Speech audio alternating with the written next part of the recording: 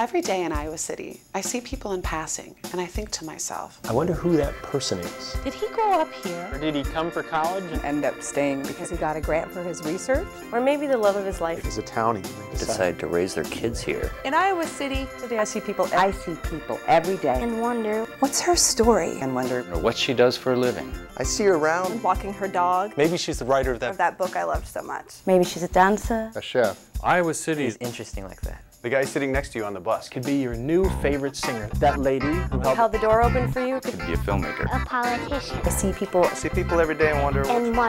What's your story? What's your story? What's your story? What's your story? What's your story? What's your story? What's your story? What's your story? What's your story? Rabbi of Remmel and Chaya Blesofsky are the only Orthodox Hassidic Jewish family living in Iowa City. The Blesofskys and their children live, work, and even attend homeschool out of the Chabad house, where they open their doors to people interested in learning more about the joy of the Jewish faith. What is it like to be the emissary for your religion, to leave a community behind where most everyone shares your values and belief system? In this episode of I See People, we meet the Blesofskys, who are happy to tell you their story. Well, Rabbi, thank you so much for being on our program today.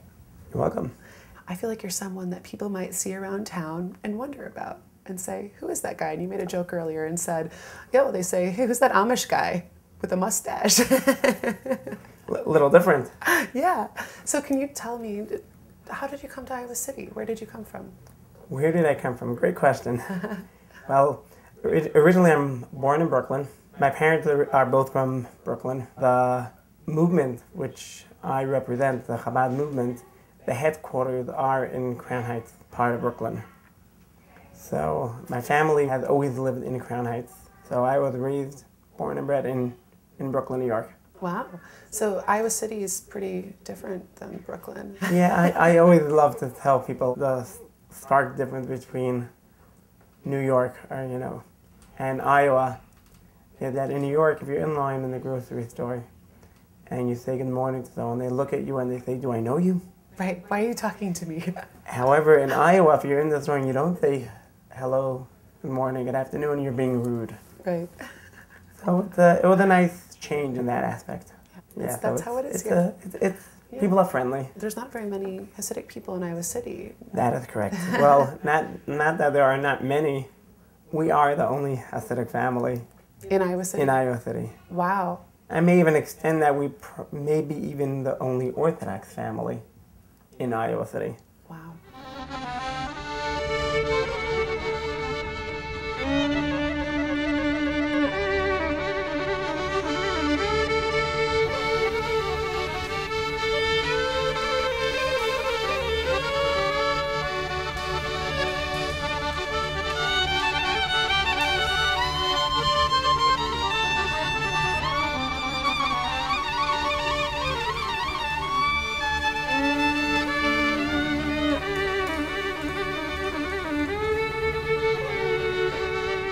So we're definitely not here for the Orthodox community, because there isn't any.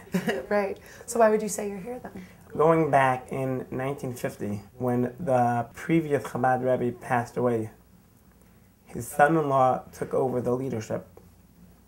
And following his father-in-law, which was the sixth Rebbe in the Chabad dynasty, it's a leadership of 7 leaders. Rebbe means spiritual leader.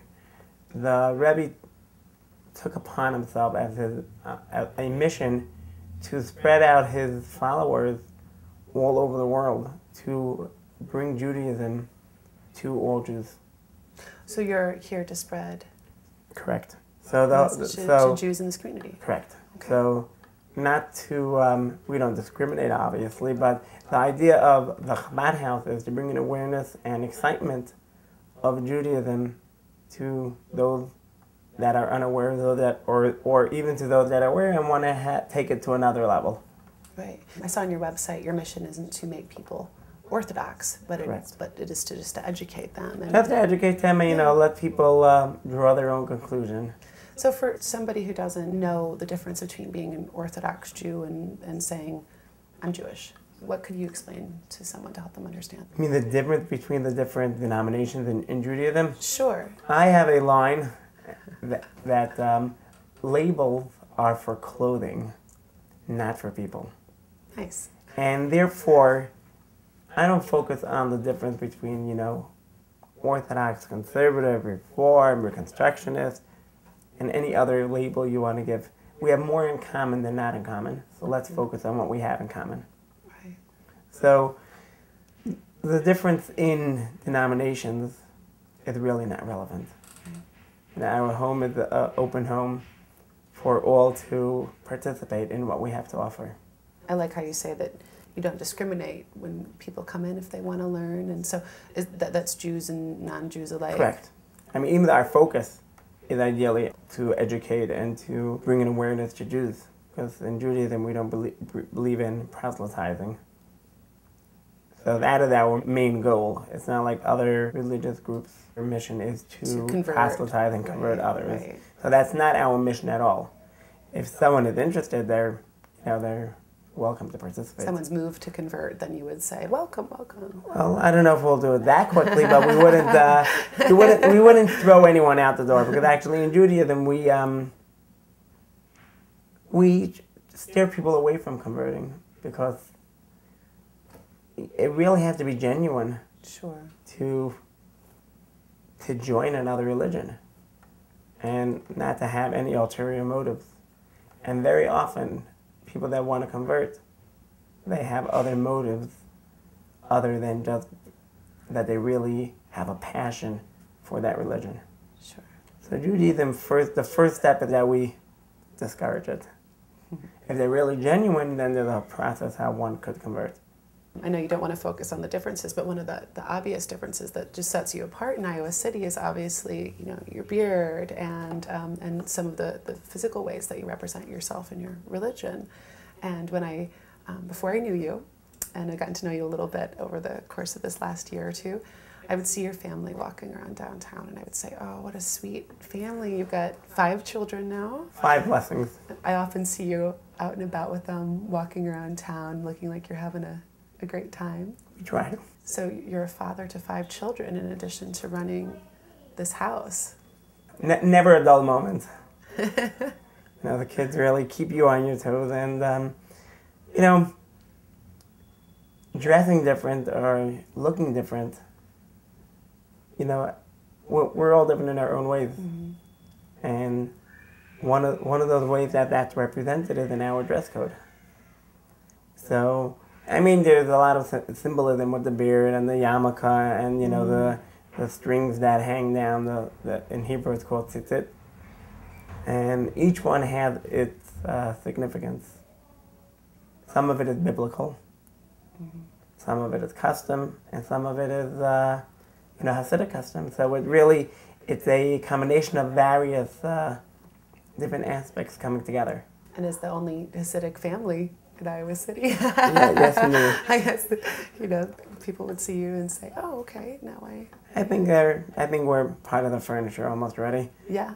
Or people already. It's not that unfamiliar of a face. You and your family are very friendly people, and I know the first time that I came into your home, it was such a warm welcome, and so it's just a wonderful thing to. Well, that's one of our missions, is that our home should be a home away from home for the students, and for anyone who would like to join our home. We want them to feel that warmth, that excitement, and that family environment.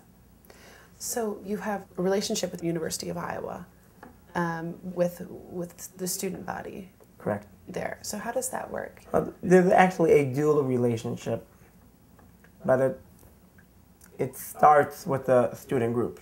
Since it's a state university and church and state have their regulations, the university doesn't have any volunteer chaplains on their staff.